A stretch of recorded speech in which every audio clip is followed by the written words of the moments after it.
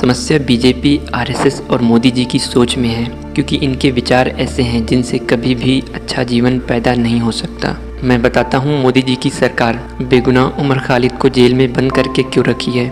उमर खालिद कई सालों से जेल में बंद हैं बिना किसी गुनाह के, क्योंकि ये मोदी के, आरएसएस के, बीजेपी के खिलाफ बोलते हैं। उमर खालिद के हिसाब से मोदी, बीजेपी, आरएसएस ये तीनों एक हैं और ये तीनों मिलकर इस देश का सत्यानाश कर रहे हैं सिर्फ अपने फ़ायदे के लिए। मैं मोहम्मद इरफान। मैं एक ऐसे एजुकेशन में विश्वास रखता हूँ जो मानवता को एक ऐसे फेज़ में एंटर कर सकती है जहाँ सिर्फ ह्यूमन इंटेलिजेंस की वैल्यू रह जाएगी।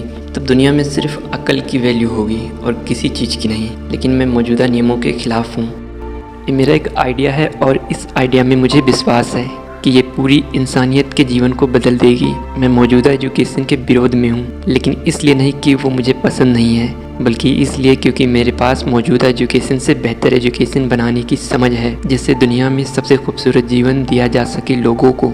मैं अगर किसी चीज़ के खिलाफ हूँ तो इसका मतलब यह नहीं है कि मैं गलत हूँ।